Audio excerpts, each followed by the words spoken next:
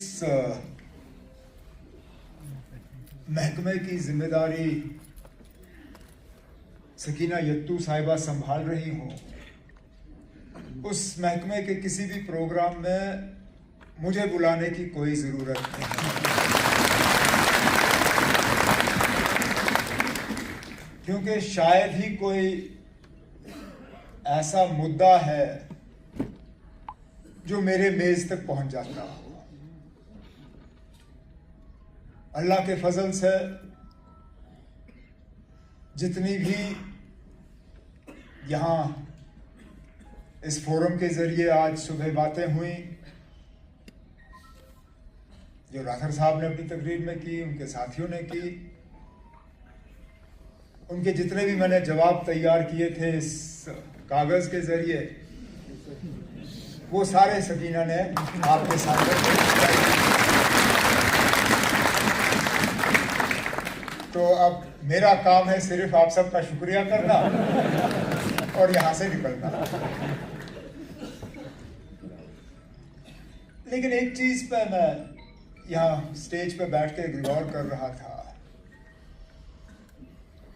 कि हम वाकई अपने टीचरों पे बहुत जिम्मेदारी डालते हैं। ये हकीकत है कि जम्मू कश्मीर का मुस्तकबिल हमारे बच्चे हैं। हमारे बच्चों का मुस्तकबिल क्या होगा, उसमें एक बहुत बड़ा रोल आप सबका बनता है। लेकिन अगर हम अपनी सारी जिम्मेदारी आप पे डालें और कहें कि जम्मू कश्मीर आगे के लिए कैसा होगा वो हमारे टीचर जो है वो तय करेंगे, तो मुझे लगता है आप लोगों के साथ एक बहुत बड़ी नाइंसाफी होगी और आप पे हद से ज्यादा हम दबाव डालेंगे।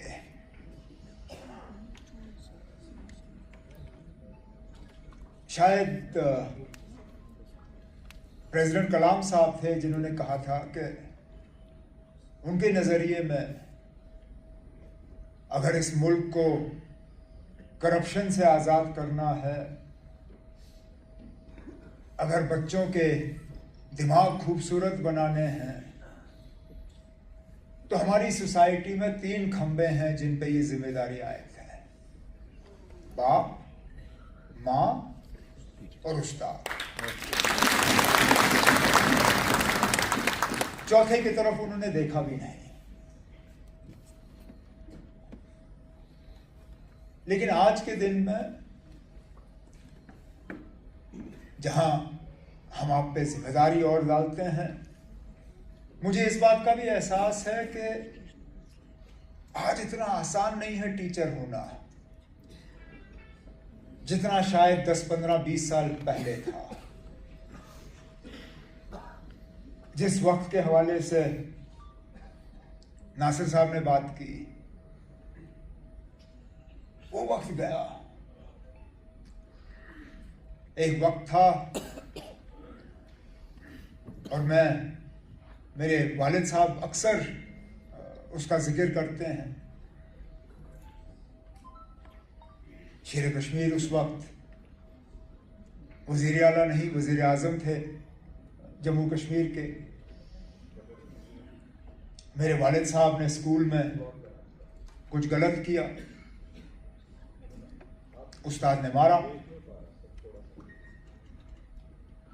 मेरे वालिद साहब घर आए और शेर कश्मीर को शिकायत की, ये देखो मेरे उस्ताद ने मेरे साथ क्या किया। शेर कश्मीर ने कहा, अच्छा ये हुआ, ठीक है मैं उस उस्ताद को बुलाता हूँ। और स्कूल से उस्ताद को बुलाया गया। मुझे लगता है उस्ताद कांपते हुए अंदर गए होंगे कि पता नहीं अब तो किन हालात में मैं घर वापस जाऊंगा। और शेर कश्मीर ने उनका हाथ पकड़ा, उनको मुबारक किया, उनको शुक्रिया किया और कहा आपने जो किया अच्छा किया। इसी तरह मेरा बेटा जो है वो सीखेगा। एक वक्त हम सोच भी नहीं सकते थे, जैसे नासिर ने कहा, कि हम उस्तादों के बारे में शिकायत करें। केजी से लेके 12वीं जमात तक मुझे याद नहीं है मैंने कभी भी अपने किसी उस्ताद के मुतल्लिक जो है अपने माँ बाप को शिकायत की होगी। लेकिन आज का दौर कुछ अलग सा ही है। हाँ, हम बच्चों से कहते हैं आपको सवाल पूछना चाहिए, लेकिन कभी कभार सवाल पूछते पूछते वो भूल जाते हैं कि जब उनको जवाब मिल जाता है तो जवाब भी उनको सुनना चाहिए। मैंने कई ऐसे सिचुएशंस के बारे में सुना है जहां अगर बच्चों के साथ कुछ हुआ है तो माँ बाप फौरन पुलिस थाने पहुंचे FIR कटवाने के लिए और कोर्ट में केस दाखिल करने के लिए, जो शायद कभी टीचरों के साथ होता ही नहीं था।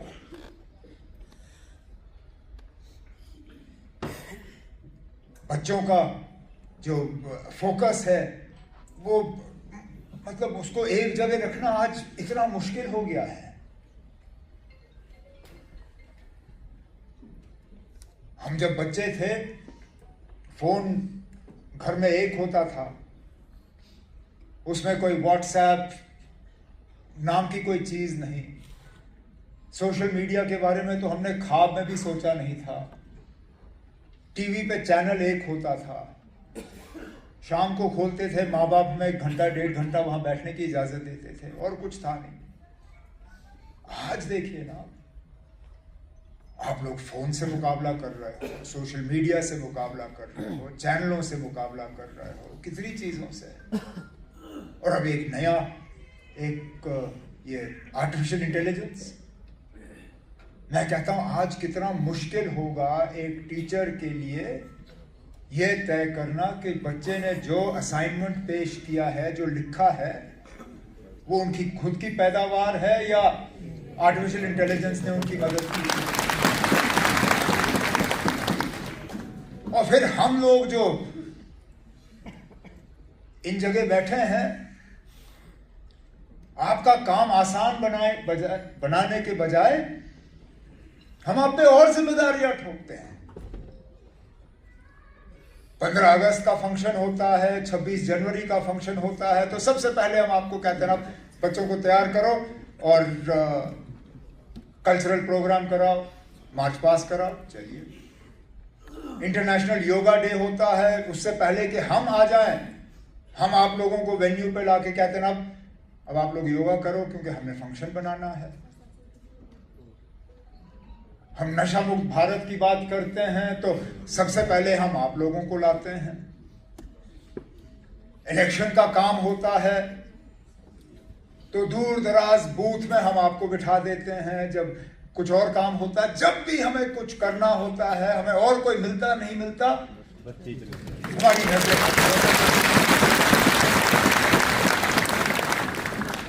लेकिन फिर जब आपके मसले आते हैं, बदकिस्मती से कहना पड़ता है कि मसलों के हल के हवाले से आपकी फाइलें इतनी तेजी से आगे नहीं जाती जितनी तेजी से वो फाइल जाती है जहां हमें आपको कहीं और लगाना होता है।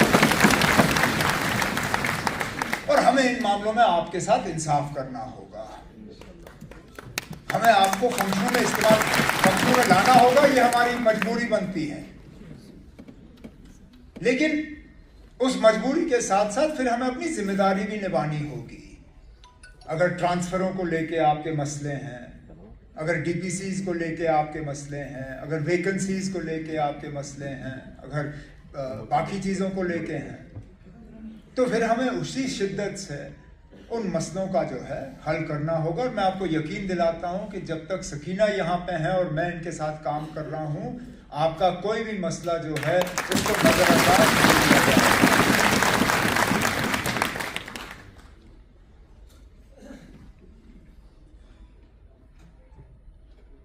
इश्यूज हैं, इनसे इनकार कौन कर सकता है।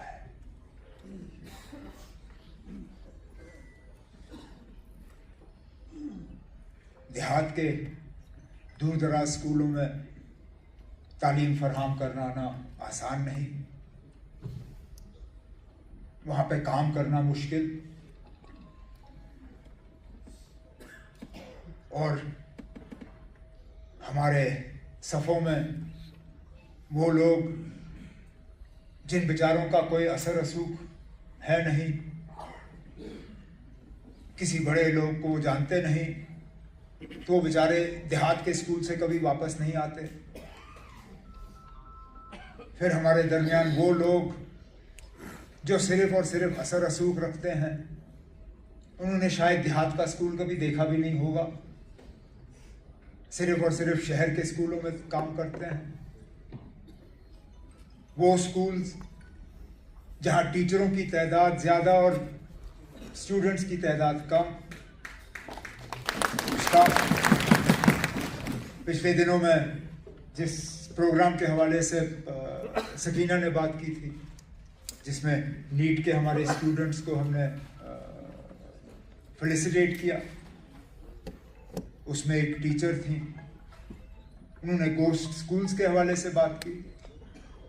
वो स्कूल्स जहां बच्चे एडमिशन लेते हैं सिर्फ नाम दाखिल करने के लिए और बोर्ड का इम्तिहान बैठने के लिए, कभी क्लास में आते नहीं, ट्यूशन सेंटर में बैठ के सारा दिन वहां गुजारते हैं।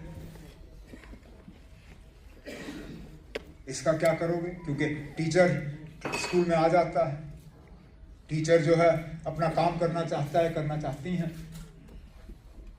लेकिन स्टूडेंट्स जो हैं वो सिर्फ कागजी कार्रवाई के लिए अपना जो है वहाँ एडमिशन कराते हैं। जो इंफ्रास्ट्रक्चर के गैप्स हैं, स्मार्ट क्लासेस की हम बात करते हैं, लेकिन कहाँ तक हम स्मार्ट क्लासेस अपने बच्चों को पहुँचा पाए? स्मार्ट क्लासेस तो दूर की बात, अभी भी हम कुछ जगहों पे सही स्ट्रक्चर जो है स्कूल्स के वो नहीं दे पा रहे हैं। रेंटेड अकोमोडेशन, अनसेफ बिल्डिंग्स, अब आहिस्ता आहिस्ता डिपार्टमेंट की तरफ से उसको दुरुस्त किया जा रहा है। लेकिन ये खामी आपकी नहीं है, ये हमारी है। इंफ्रास्ट्रक्चर दुरुस्त करना वो आपकी जिम्मेदारी नहीं है, वो मेरी है। वैकेंसीज फिल करना वो आपने नहीं करना है, वो मैंने करना है। आपके हाथ मजबूत करना ताकि आप अपने काम को सही तरीके से अंजाम दे पाए, वो मेरे और सकीना और नासिर की जिम्मेदारी है। हम अपना काम कर लेंगे। मैं सिर्फ आपसे गुजारिश ये करूंगा कि आप बच्चों को उस तरह ग्रूम करें जिस तरह आप चाहेंगे कि कल को वो जम्मू कश्मीर के लिए कुछ कर पाए।